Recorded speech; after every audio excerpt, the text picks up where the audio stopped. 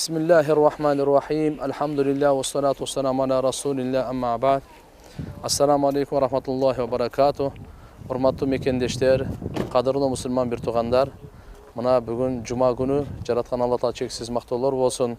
Ушундай кайрымдуу, берешен мусулман бир туугандарыбызга мынакей Алла Таалам товфик берип, 1500 кап ун Кудай кааласа ушул эң кембагал, эң муктаж, эң биринчиден ошо биздин имамдарыбызга, диний кызматкерлерибизге, медреседеги окутуп аткан мударристерибизге, ошондор менен биргеликте эле жетим жесир, кембагал, инвалидтерге мынакей таркатыла турган 1500 кап буюрса 1500 үй бүлөгө берилип атат.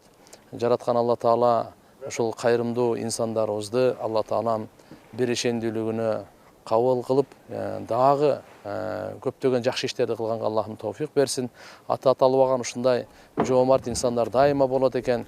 Алла субханаху ва таала мынакей кабыл кылсын. Кыргызстан мусулмандар дин башкармасынын атынан, жеке өзүмдүн атынан ошол кишилерге мынакей чын жүрөктөн терең ыраазычылык билдирип, эки дүйнөнүн бактылуулугун каалап, тилеп кетмекчимин. Аллахым кабыл кылсын. Жараткан Алла Таала ушул бүткүл ааламдан, жалпыча Кыргызстан мамлекетибизде өзгөчө бардык оорулардан, балелерден, кесепеттерден, өзгөчө ушул коронавирус оорусунан Аллахым сактап, ооруларга шифа берип, жана ушул кайгылуу, кыжалатчылык ушу күндөрдөн Алла Таалам тез аранын ичинде арттырып, Аллахым ушу жакшы, бактылуу, бири-бириз менен ынтымактуу жашаганга Алла субханаху ва таала жеткирген болсун. Учурдан пайдаланып, бардык Кыргызстанда ушундай бай, колунда бар атка минер кишилерди, берешен, жоомарт кишилерибизди ушундай кайрымдуулукка чакырат элек, өздөрүнүн зекеттерин, садакаларын, үшүрлөрүн, белектерин дегендей жардам беришсин элибизге.